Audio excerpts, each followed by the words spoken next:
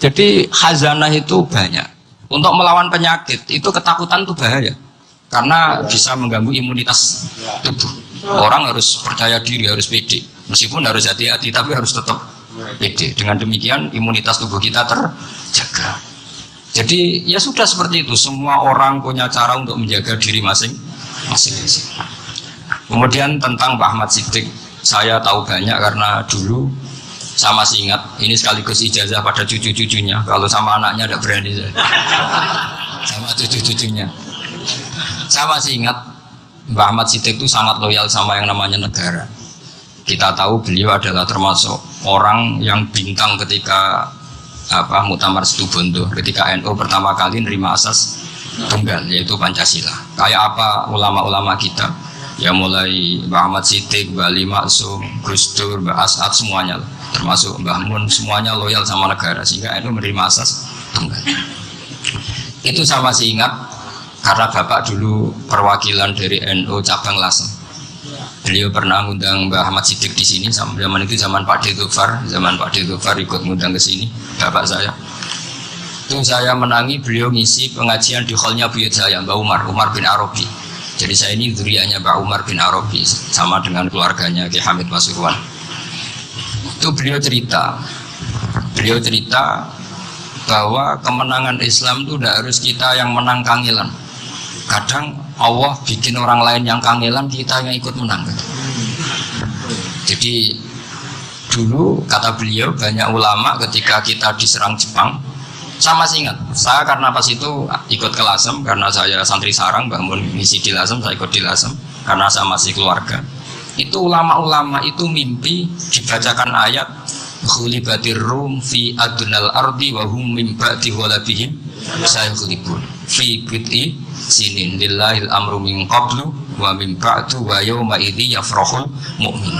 Itu dulu itu ada pertarungan besar antara kerajaan Romawi dan kerajaan Persia. Kita tahu Romawi itu Nasrani. Saya ulang lagi, Nasrani. Nasrani itu percaya adanya Allah, adanya Tuhan, dan percaya adanya kitab samawi. Sementara musuhnya itu Persia, orang yang tidak bertuhan, tidak berdasar kitab samawi. Ketika Persia mengalahkan Romawi itu orang Islam ikut susah, karena terus dibully sama orang-orang kafir Mekah. Orang kafir Mekah adalah orang yang tidak punya kitab samawi. Katanya orang kafir Mekah, iku lo balamu, jute duwe kitab, jarene dihubungan mbek langit, nyatane perang keok. Paling kon yo podo. Jadi ada analogi bahwa kalahnya orang Nasrani itu dianggap simbol kekalahan orang yang bertautan atau berhubungan dengan langit. Akhirnya orang Islam susah. Saking susahnya orang Islam sampai Abu Bakar itu tanya, ya Rasulullah, lalu orang Romawi menang itu kapan? Terus ada surat turun, fidit di sini. Ya kira-kira 3. Abu Bakar pas itu belum alim-alim amat. Jadi ngartikan 3 itu ya 3 betul, sehingga beliau masyhur itu. Cara Jawa totoan itu pimar. Pokoknya nanti Romawi pasti menang 3 tahun lagi. Akhirnya ketika datang itu taruhannya dengan 10 unta. Datang ke Rasulullah, Nabi menjelaskan, "Londa, bid'u itu mabena salas ilatis itu 3 sampai 9. Kamu jangan bilang 3." Ya sudah, taruhannya ditambah sampai 100 unta. Tapi pembuktiannya enggak 3 tahun, tapi nunggu 9 tahun. Sama jangan tanya, berarti dulu pernah taruhan halal. Zaman sebelum ngaji saya, sampean sudah sering taruhan, jadi jangan nyalahkan saya. Nanti itu ada ilmunya, namanya nasah mansukh. Dan taruhannya Abu Bakar enggak kayak sampean. Taruhan yang sangat-sangat demi Islam, bukan demi hadun nafsi. Betul. Ketika tahun ke-7 orang Islam itu menang. Gila ya, tahun 9 itu umat Islam menang. Menangnya umat Islam mengalahkan musyrik Mekah itu di Badar. Romawi mengalahkan Persia. Gara-gara Romawi mengalahkan Persia itu cara berpikir orang itu rubah. Ternyata langit itu ada, kekuatan langit itu ada. Sehingga meskipun akhirnya orang Kristen bilang ada Trinitas, terus mereka keliru dalam mengartikan Isa, tapi ada sekian nabi yang mereka sebut dan mereka hormati. Ada sekian kesamaan. Sehingga dalam Islam, saya ulang lagi, dalam Islam, andai kan disuruh milih orang komunis sama orang Nasrani, Islam tentu sama-sama kerjasama, milih sama yang Nasrani, karena ini ahli kitab, kerjasama loh, bukan milih menjadi Nasrani. Nanti kamu salah paham, senangannya terus bully. Itu semangatnya pasti hasad. Nah, terus lalu relevansinya dengan Indonesia gimana? Wa yauma idzi yafrahul mu'minun. Ketika orang Romawi yang punya kitab Samawi mengalahkan Persia yang tidak punya kitab Samawi, itu orang Islam ikut bunga ikut. Itu semua kiai banyak yang mimpi seperti itu. Ini cerita Pak Ahmad Siddiq. Saya dengarin itu. Ternyata betul. Jepang itu nggak dikalahkan Indonesia. Jepang, Hiroshima dan Nagasaki dibom oleh apa? Sekutu. Akhirnya Jepang pulang. Pas Jepang pulang, Indonesia merdeka. Itu dulu kiai-kiai sudah nakwil bahwa menangnya Indonesia itu udah harus mengalahkan penjajah. Pokoknya nanti penjajah ada yang mengalahkan. Jadi Indonesia, orang Islam zaman itu tidak bisa mengalahkan Persia. Yang mengalahkan itu Romawi. Tapi orang Islam ikut gembira. Itu sebenarnya wa yauma idzi yafrahul mu'minun binasrillah. Jadi orang itu cara berpikir Quran itu beda. Sehingga saya ini cerita ke cucu-cucu Mbah Siddiq karena ya nasabnya sama sampai saya, karena sama-sama sampai Mbah Sambu. Bedanya keluarga saya lewat Mbah Abdul Azim, kalau yang keluarga sini lewat namanya Mbah Yusuf. Itu saudara sama Mbah Abdul Azim, sama-sama sampai Mbah Sambu. Tapi keinginan saya tentu bukan sekedar silaturahim gagah-gagahan diceluk Gus. Celuk Gus repot. Nara ora alim ra pantes. Nak beling ra pantes. Salam templek 1.000 jaluk swarga.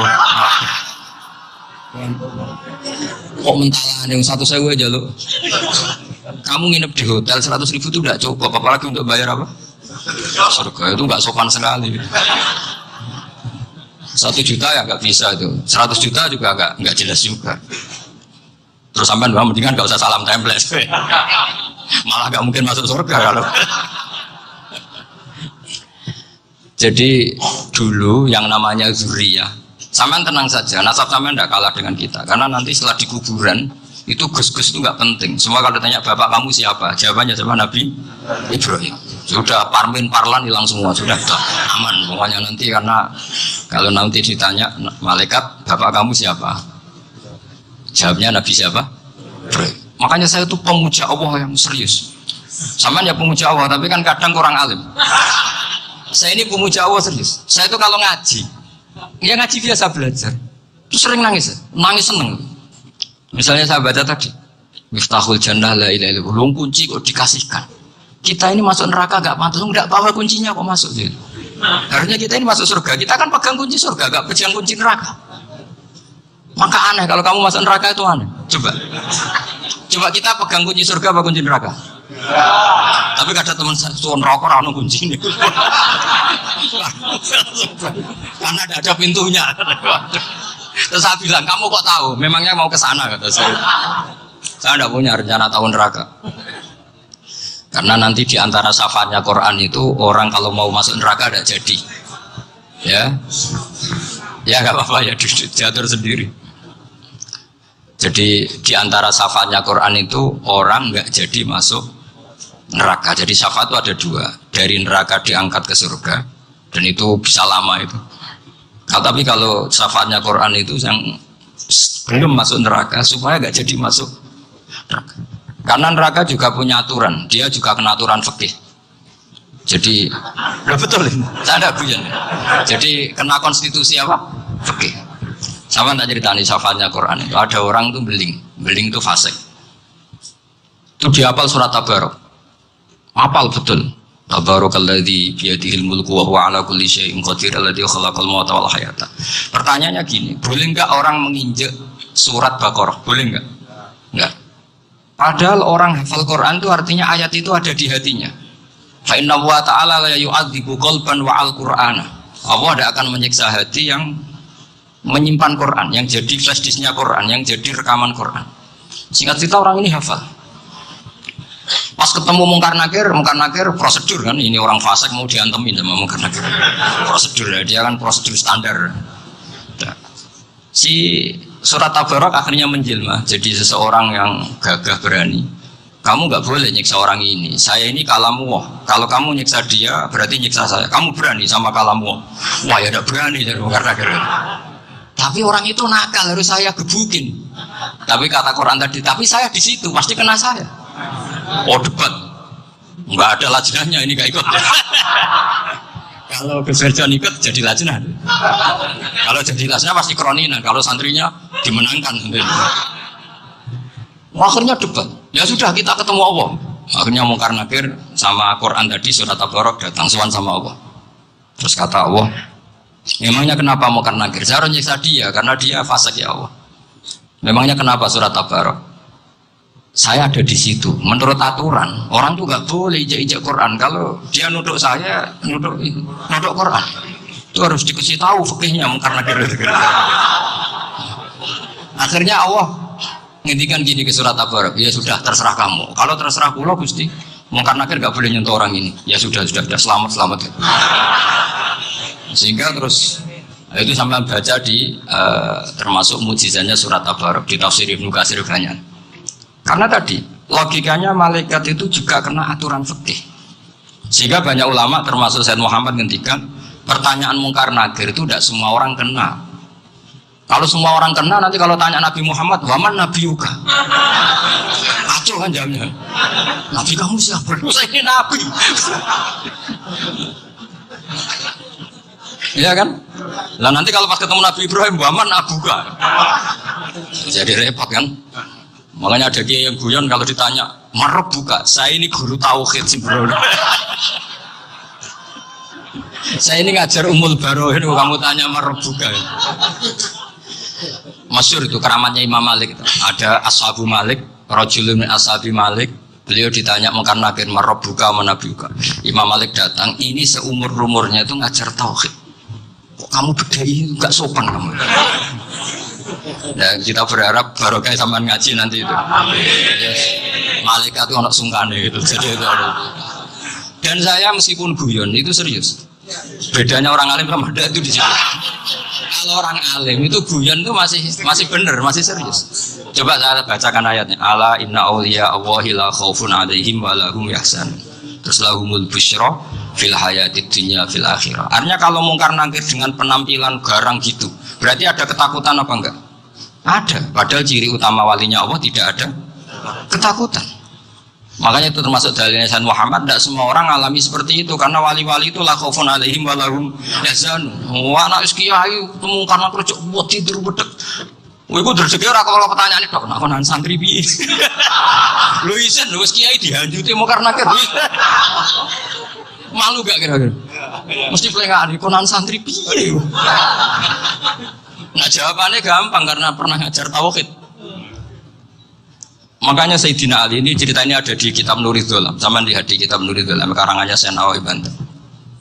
Itu Sayyidina Ali itu ya, andekan orang biasa mungkin ya agak-agak hasut, tapi ini wali gak boleh kamu katakan. Dia itu mangkal sama Umar. Orang kok setiap orang pernah dibentak. Apa dia berani bentak Mungkar Nakir? Penasaran ya. Bagaimana perangnya Umar itu berlanjut enggak gitu kira-kira. Hanya minta ya Allah saya minta kasaf. Ya karena yang minta Sayyidina Ali karena mau wajah dituruti sama kasaf. Dilihat Sayyidina Umar pas meninggal itu. Jadi hasad itu ya kadang penting asal baik. Ya betul, bahasa Kanjeng Nabi kadang la hasada illa fisnaten. Itu Nabi membahasakan ya hasad.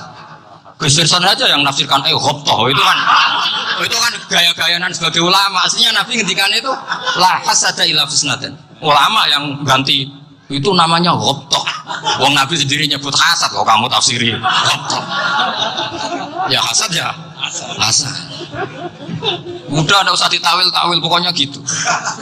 Kalau sama nggak percaya nggak apa-apa. Kok gitu aja kok repot.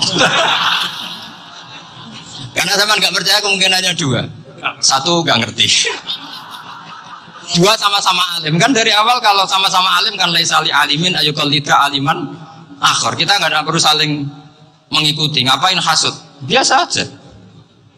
Akhirnya Sayyidina Ali kasut. Pas Umar bangun, setelah mati kan bangun, setelah meninggal bangun. Mungkar Nakir datang dengan perang yang sangat garang. Itu digambarkan Sayyidina Ali, matanya itu kalkidril ghali, kayak apa kendil yang apa menganga. Seru. Sayyidina Ali senang, paling takut ini Umar. Senangnya bukan main, wah ini mesti takut Umar. Biasa. Ternyata enggak, Umar malah bangkit.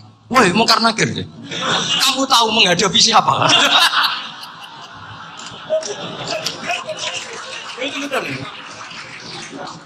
Kamu itu menghadapi temannya ahabbal khalqi ilallah. Yang diandalkan temannya bukan dia. Kamu tahu yang kamu hadapi, saya ini teman kekasihnya Allah. Jadi boleh kamu mengandalkan Mbak Virjon. Tapi nanti risikonya mau kira-kira tanya, itu Virjon siapa? Wah itu masalah kan.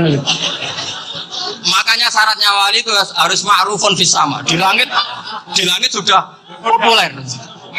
Makanya dulu ada orang yang saking seninya Abdul Qadir ditanya apa saja jamnya Abdul Qadir Al-Jilani. Itu aman karena beliau populer. Makanya program kita harus populer dulu di langit.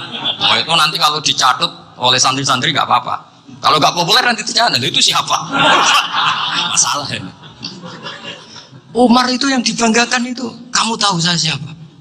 Ya enggak tahu, saya ini temannya kekasihnya Allah. Temannya Muhammad, iya Muhammad Rasulullah. Mikir, waduh, repot. Ya, di dunia aja gitu kan, temannya presiden, temannya panglima, apalagi ini temannya Sayyidul Awalin wal Akhirin. Di dunia aja bilang temannya presiden, menteri, orang sudah takut, apalagi ini temannya Sayyidul Awalin. Hanya karena terus konfirmasi sama Allah, gimana ya Allah ini ngadepi. Sebetulnya yang diandalkan itu temannya, bukan dia. Wah, akhirnya sama Allah dibilangin, ya bu, ya sama seorang seperti itu bu yang sopan. Terus semenjak itu Mungkar Nakir itu nggak selalu berpenampilan seperti itu sangat. Jadi semoga itu konsisten sampai nanti. Jadi kamu kalau ingin nggak takut Mungkar Nakir jadi wali dulu. Karena sarannya tadi hanya wali sing la khaufun alaihim wa lahum yahzanun lahumul busyra fil hayatid dunya fil akhirah. Jadi orang itu kalau ngaji itu harus khatam. Jangan semuanya kena pertanyaan. Jadi kalau semuanya kena pertanyaan nanti repot. Kalau Nabi Muhammad ditanya waman Nabi juga. Nabimu siapa? Lu kan terjadi aneh. Jadi makanya ngendikane Sayyid Muhammad semua ulama lah. Enggak ada am kecuali ditaksis. Kecuali sifatnya Allah. Misalnya bikulli syai'in alim ya benar-benar bikulli syai'in alim. Tapi kalau am semuanya pasti ada taksis. Meskipun dalam muhawarah muhadasah biasa. Misalnya contoh gampang, istri kamu baru seneng kamu, mas nak pengen apa-apa aku lapor aku gak apa-apa mas, mesti aku seneng sama lapor.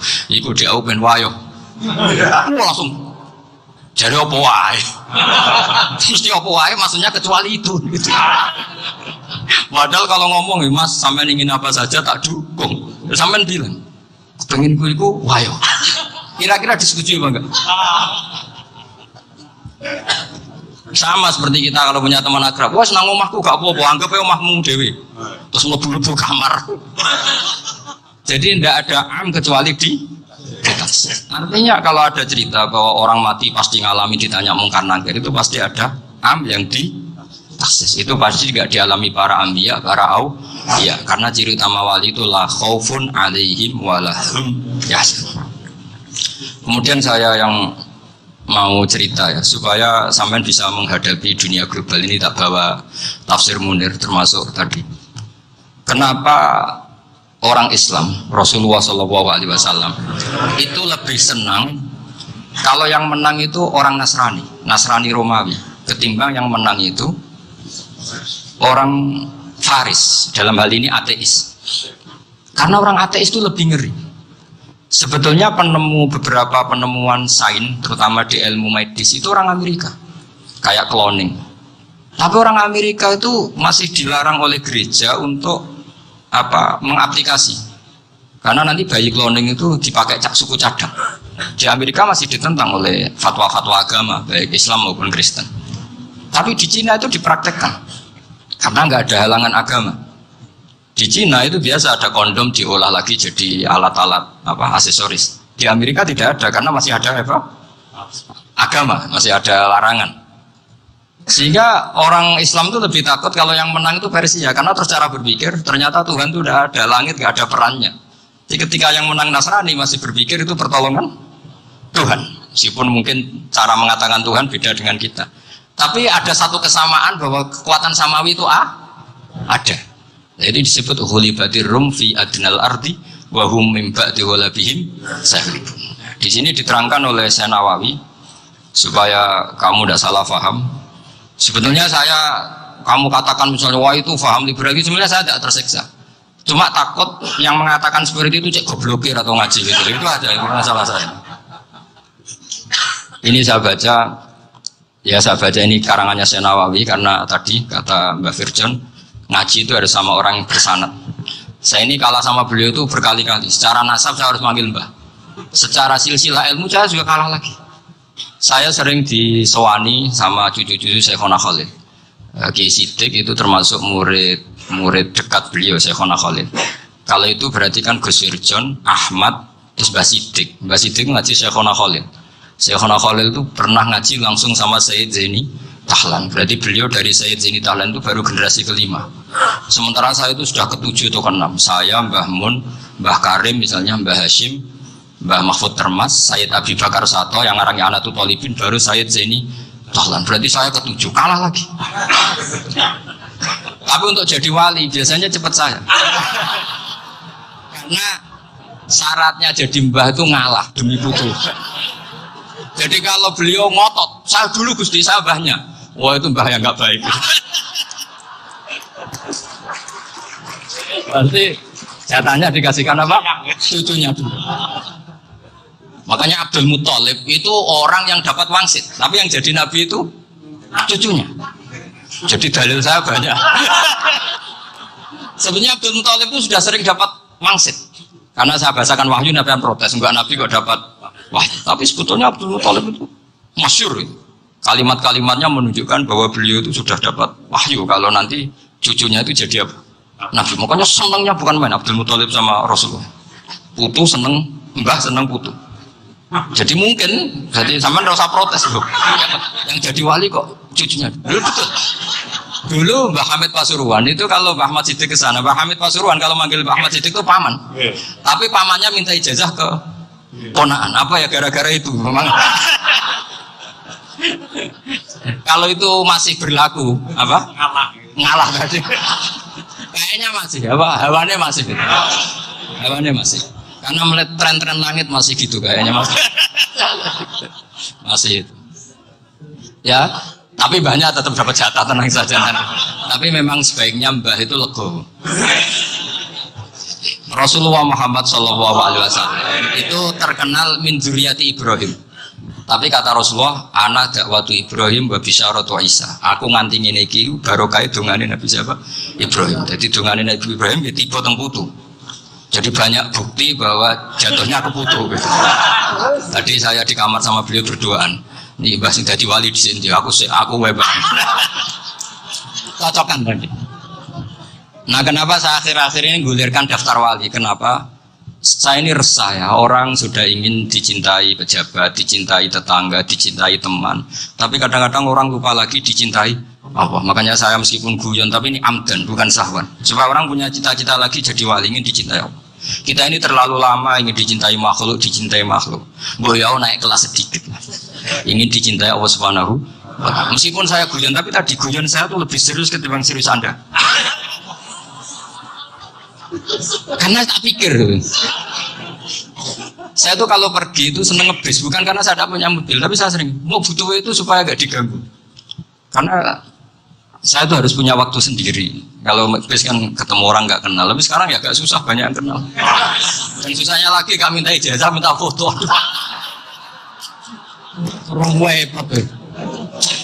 Mau dibenci itu umatnya Rasulullah Shallallahu Alaihi Wasallam. Mau disetujui itu sanatnya mana? Kalau ketemu orang alim minta apa? Foto. Itu nggak ada sanatnya. Nggak tahu itu mazhab dari mana itu. Ya mazhab milenial yang jelas itu kan. Ini tak baca ya biar dapat. Karena ini kenangan saya sama Mbak Ahmad Siddiq. Saya masih ingat betul beliau ngisi hallnya Mbak Abdullah bin Umar, berarti abahnya Pak Hamid. Karena mbak saya itu Fatimah binti Khalid bin Umar. Kalau Mbak Hamid itu Hamid bin Abdullah bin Umar. Itu saya masih ingat betul zaman itu Mbak Hamid siap hall di Lasem itu rawuh dan saya derek mbah saya karena masih misanan datang ke Lasem. Itu beliau pas itu ngisi sama Mbah Mun. Mbah Mun masih muda, Ki Ahmad Siddiq sepuh senior.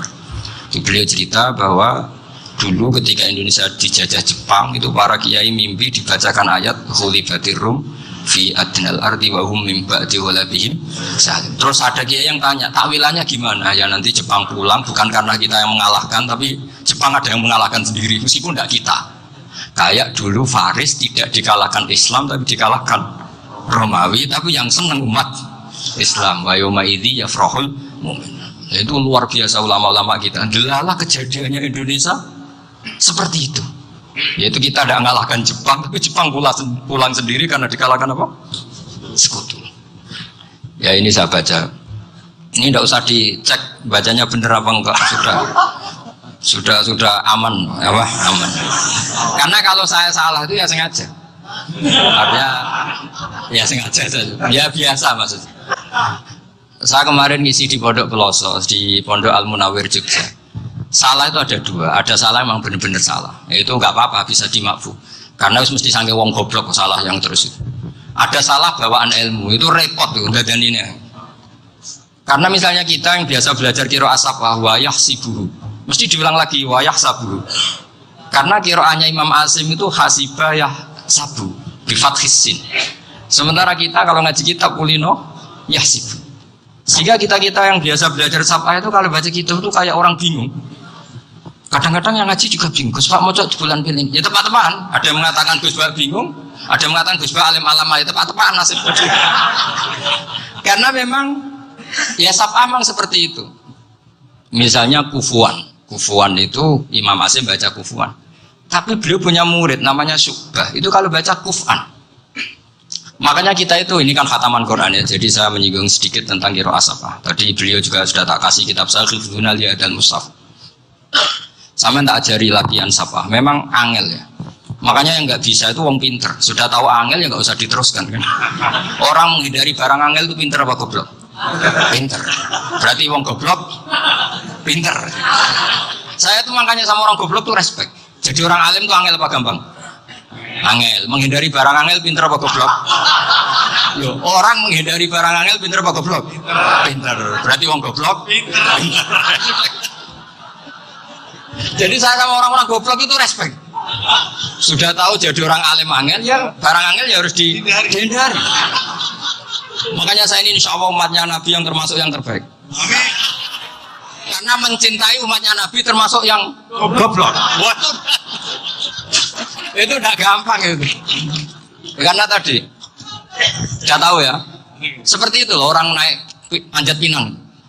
Itu yang naik karena ingin hadiah. Yang nonton sudah tahu wah licin kok dinaikin mau keplodok. Tapi orang sepakat yang nonton juga pinter karena sudah tahu ribet kok. Tukun yang pasar akan naik lapo mana. Sama juga gitu. Ngalim tafsir angel, ngalim fikih angel. Nanti akar yang ngaji ngerekam kan gampang. Itu pintar apa goblok? Pintar. Yeah. Makanya kalau ini mau buruh ngono tok. Saya tadi dinasihati Mbak Firjan, moga-moga hati saya selamat. Saya itu meskipun kata orang banyak, muhibin saya banyak, tapi saya insya Allah tidak riak. Saya itu pakai kitab namanya Tasfidul Fuad, itu karangannya Said Abdul Al-Haddad. Ketika beliau punya muhibin banyak ditanya, bagaimana ya Habib Anda menjaga hati Anda? Jamnya Said Abdul Haddad itu nih, innama azzamu Allah. Mereka itu sebenarnya menghormati Allah, cuma butuh saran, dan itu saya. Jadi saya tahu sampean semua itu mencintai Quran, mencintai sunnah Rasul, mencintai hadis-hadis Rasul. Cuma sampean kan karena gak paham, terus manfaatkan saya. Jadi sebenarnya saya ini korban. Korban. Jadi saya mau riak gimana? Korban kok mau. Bangganya di mana tuh? Coba sampean misalnya ngaji tafsir, belajar sendiri kan susah. Tarkibnya susah, maknanya susah. Bahkan beli kitabnya kadang nggak kuat. Untuk jadi alim tafsir itu kan harus beli kitab. Loh, saya sering belajar kitab 7 jutaan. Tafsir Tobari, saya pernah beli kitab Fakhrur Razi itu berapa juga? 27 jilid. Karangannya Fakhrur, belum karangannya ulama modern, Imam Sa'rawi. Itu berapa jilid? Itu jutaan. Saya kemarin juga dihadiahi kitab Pak Quraish Shihab namanya Faidul Bari fi Syarhil Bukhari. Pak Quraish Shihab yang terkenal. Dia sering diskusi sama saya. Saya ngasih hadiah beliau ngasih hadiah saya. Oh itu harganya nggak kuat. Ya nggak kuat kadang di Indonesia nggak ada coba. Dan sama orang hebat menghindari kesulitan itu. Yang kesulatan itu, kesukaan ngaji ikut, kalau nggak paham, dirukun rekamannya sudah gitu. Pinter mana sampean sama saya? Pinter sampean kan? Bikin sosis susah, beli aja kok repot kan? Makanya nggak boleh orang bilang, wah goblok reso tafsir, wong pinter. Makanya nanti kalau saya ketemu Nabi tidak termasuk orang yang mentahkir orang Islam. Kafabil mari isman ayah kira akhul muslim. Jadi cukup orang itu dosa kalau menyepelekan orang Islam, termasuk darani sampean goblok itu dosa. Caranya nggak darani goblok ya tadi di logika tadi. Alim itu angel, ngindari angel itu pintar. Berarti wong bodoh pintar ya sudah gitu. Tapi tetap bodoh. Tapi ini satu cara untuk saya respect gitu. Coba orang yang ngaji tafsir saya banyak, mungkin ribuan. Itu sebetulnya mencintai Quran. Karena Quran adalah kitab suci yang panduannya umat Islam. Sangat mencintai Quran. Terus kemudian mereka nggak paham. Terus mencari orang yang memahamkan. Burono lah cara Jawa ini. Terus keren saya itu di mana coba? Lah kok terus mereka kurang ajarnya gini. Kalau paham itu ya alhamdulillah paham. Wah nak ngaji Gus Wais ngono tok.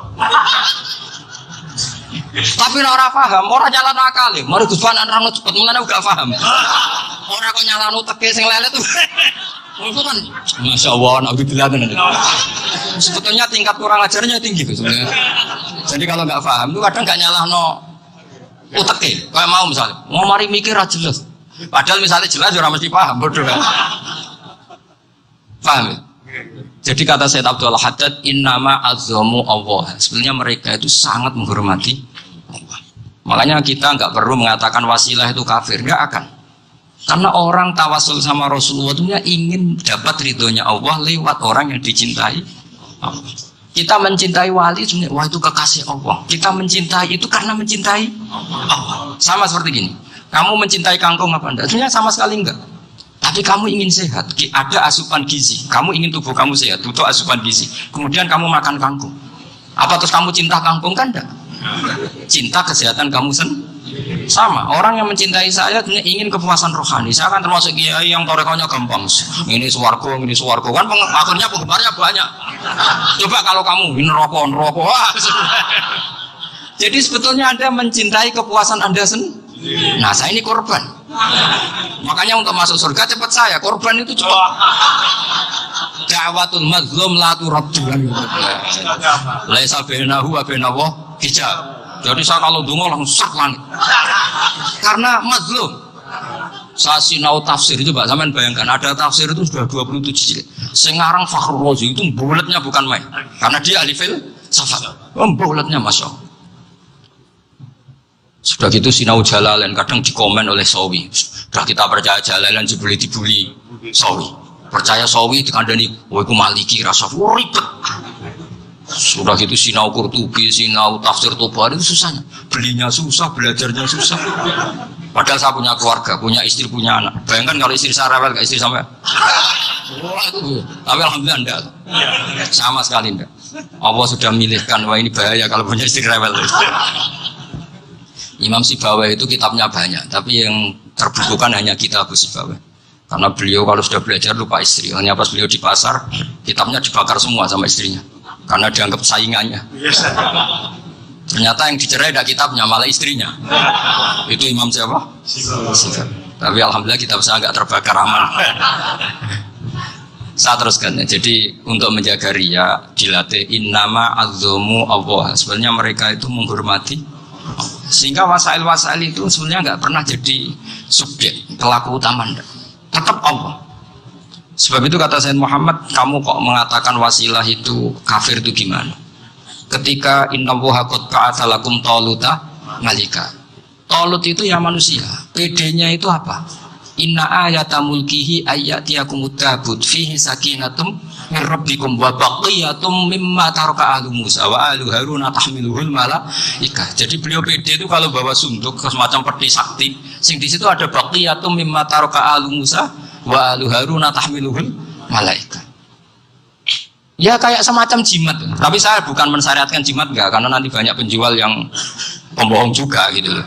Cuma cerita, kamu tidak usah mengatakan kafir dulu. Tolot PD-nya kalau bawa sunduk semacam peti kesaktian yang di situ ada baqiyatum mimma taraka alu Musa wa alu Harun tahmiluhul malaikat. Sehingga Khalid bin Walid meskipun beliau sahabat dan menyaksikan wajah Rasulullah SAW, itu bawa sya'aratun min sya'aratihi Rasulullah SAW, bawa rambutnya Nabi.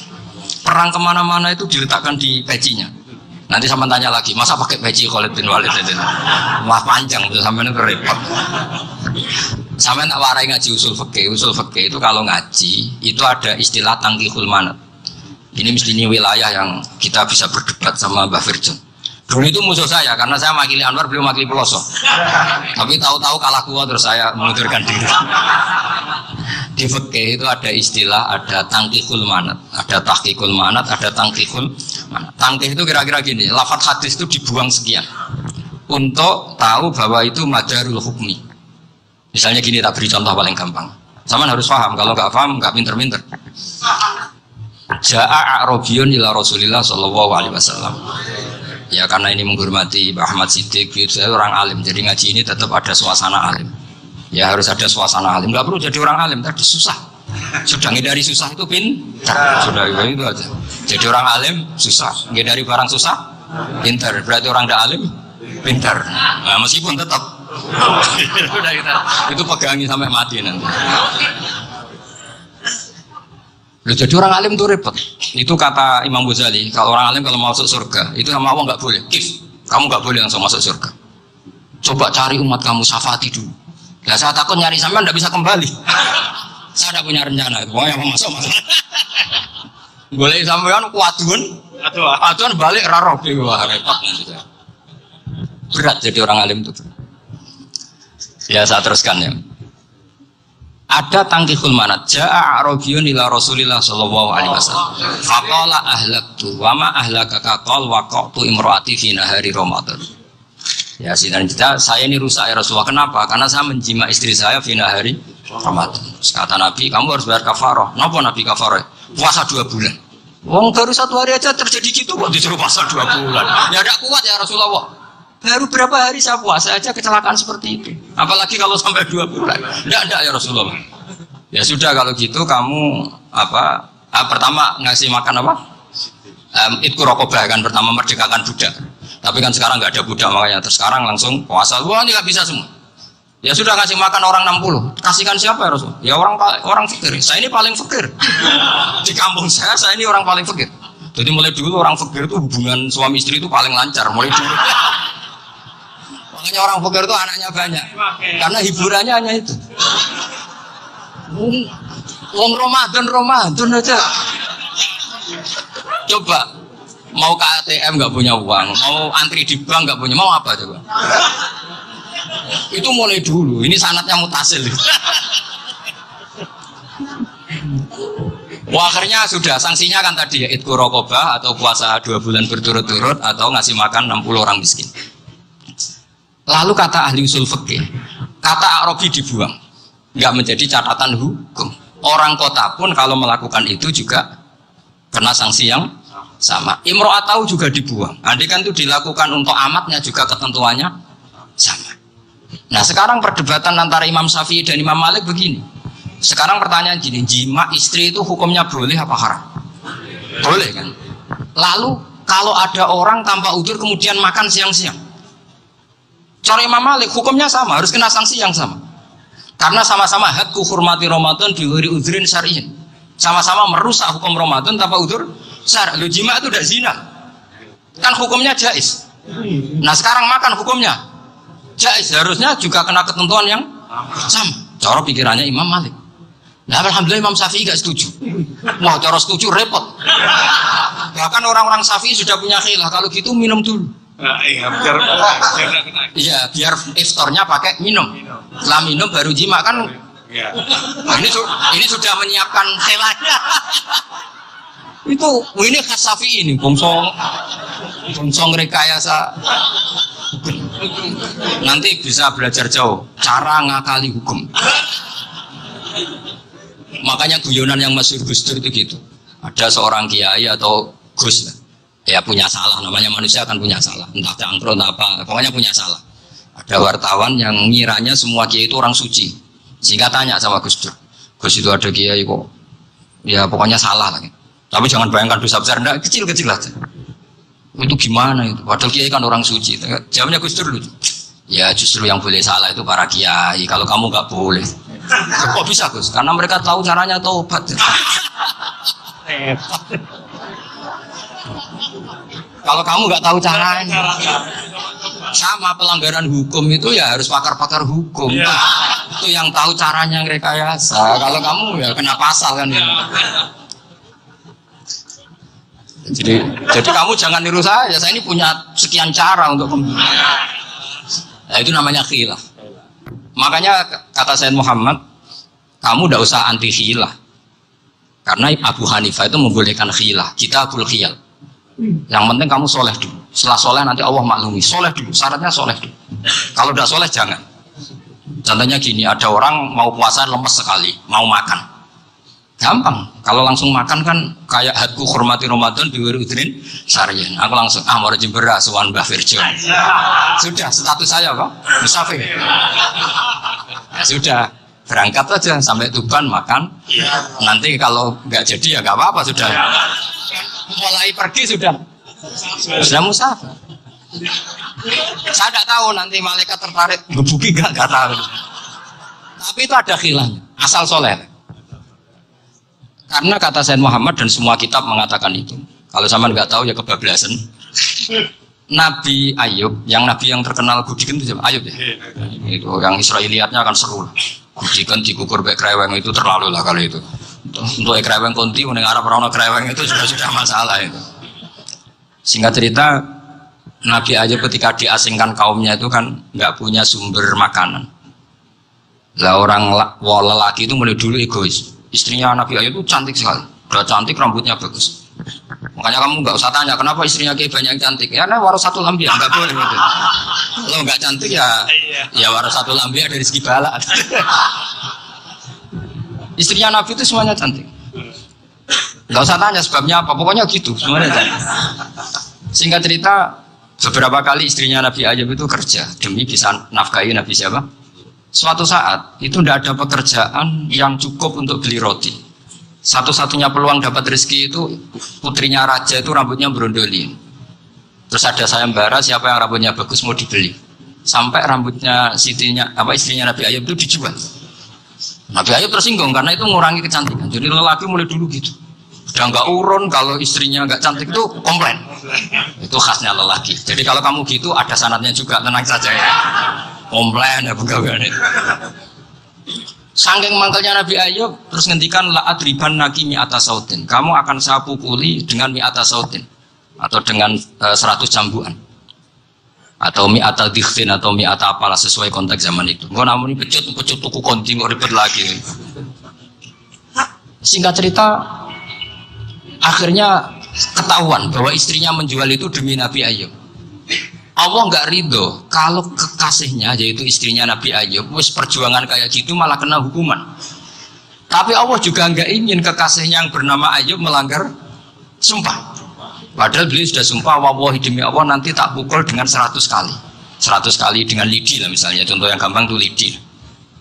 Akhirnya sama Allah dikasih satu solusi. Wa khud biyadika dhifsan fadrib bihi wala tahnas. Ya sudah, lidi itu ikat jumlahnya 100. Terus pukul sekali saja. Anggap saja sudah 100. Iku pangeran sing wari ngakali ngono iku pangeran. Tapi syaratnya soleh. Syaratnya soleh. Jadi kalau kamu anti khilaf berarti anti ajarannya Allah di ayat itu. Wa khud biyadika dhifsan fadrib bihi wala tahnas. Itu dulu ada, ini cerita di Ithaf, ini cerita terakhir, ini sudah sama jangan nama sudah. Terus pengumuman tadi yang nggak pernah sepuh ngutang saya itu haram. Karena tadi saya punya kewajiban di rumah yang bisa menggugurkan ya kewajiban yang lebih besar. Lebih besar itu ya tadi bisa pernah guru, pernah sepuh, yang jelas gak umur. Umur sampai menangkap itu, tua-tua yang serepot itu. Ada raja itu ganteng kaya, senengannya nikah perawan cantik. Wah itu semua kampung mesti kenal. Mungkin digilir atau gimana pokoknya. Suatu saat ada pemuda suka sama perempuan yang di kampungnya, cantik sekali. Kemudian pemuda ini ternyata pekerja di kerajaan itu. Tiap hari ditanya, Wah itu yang di kamu yang cantik siapa? Mau saya nikahin gini. Wah bahaya ini saingannya raja. Jadi yang dibidik pemuda tadi itu saingannya. Si raja ini orang yang namanya raja kan gengsinya tinggi. Kaifa tankihuha wa qad ra'aitu qad qabbalaha rajulun. Kok nikahi ya? Saya tuh pernah melihat dicium lelaki. Wah, gak mau. Gak gelem kadang ditambung lan wa qad qabbalaha rajulun. Saya pernah melihat sendiri qabbalaha rajulun. Dicium oleh lelaki. Wah, sudah gak minat raja langsung gak keren. Suatu saat pemuda tadi nikahi perempuan itu. Rajanya marah-marah. Kamu laki gak punya harga diri gini. Gak punya selera, gak punya harga diri. Sudah pernah dicium orang kok tetap dinikah. Terus bilang ke raja, ta'rif manir rajul, laki itu siapa? Abuha. Kamu tahu lelaki itu siapa? Sopo? Abuha. Bapaknya. Saya kan hanya bilang rajul. Pernah dicium lelaki. Lah pikirannya raja itu lelaki kue-kue gini. Tapi butuh etan mau rojo ben gak sido itu aja tuh. Baru kayak digulirkan gitu wakot kebalah rajulun. Wah nggak mau. Setelah itu satu saat pegawainya tadi nih kayak perempuan. Kamu gak punya harga diri gini. Kamu tahu mandi rojul apa abu? Wah namun aku gak mau. Lah monggo sakniki wis bojo kula. Ora trimo wis diambung wis macam-macam lah. Nah itu namanya khila. Apa? Khila. Kalau di Balawa disebut tauriyah atau apa. Tapi saya tidak ngajari sampean seperti itu. Sudah pinter sebelum saya ajarin. Wong ngakali kan sudah pinter. Ya ini terakhir tak baca Arabnya saja nanti. Bismillahirrahmanirrahim. Biar dapat barokahnya Syekh Nawawi juga barokahnya guru-guru. Bismillahirrahmanirrahim. Wasababu nuzuli hadil ayati annahu kana baina farisa war rumi qitalun wa kana al musyrikuuna yawadduna antahliba farisu ar-ruma li anna farisa kanu majusiyan ummiyin wal muslimuna yawadduna ghalabatar rum ala faris li kaunihim ahla kitabin. Jadi zaman dulu orang Islam lebih senang kalau yang menang itu orang Nasrani. Kalau bandingannya ateis, karena bagaimanapun percaya kekuatan langit. Sementara orang ateis sama sekali tidak percaya kekuatan. Apapun bedanya kita dengan Nasrani itu ada kesamaan, yaitu percaya adanya kekuatan langit. Sehingga ketika orang Romawi kalah itu orang Islam ikut susah. Paham ya? Makanya ini tak baca biar sampean nggak macam-macam pikirannya. Fabra Kisra saat terusnya, ya pokoknya seperti itu. Akhirnya Rasulullah SAW berdoa lebih senang yang menang itu Rom karena ahli kitab. Artinya apa? Kemenangan ahli kitab adalah kemenangan makhluk atau hamba Allah yang mentautkan kekuatan kita di bumi dengan kekuatan langit. Makanya saya berharap selain kita ikhtiar medis, kita harus memperbanyak istighfar. Bagaimanapun semua itu dari Allah Subhanahu wa Ta'ala. Kita menghormati negara dengan ikhtiarnya, tapi saya mohon sekali kita juga istighfar, karena semua itu juga ditentukan oleh Allah, oleh langit.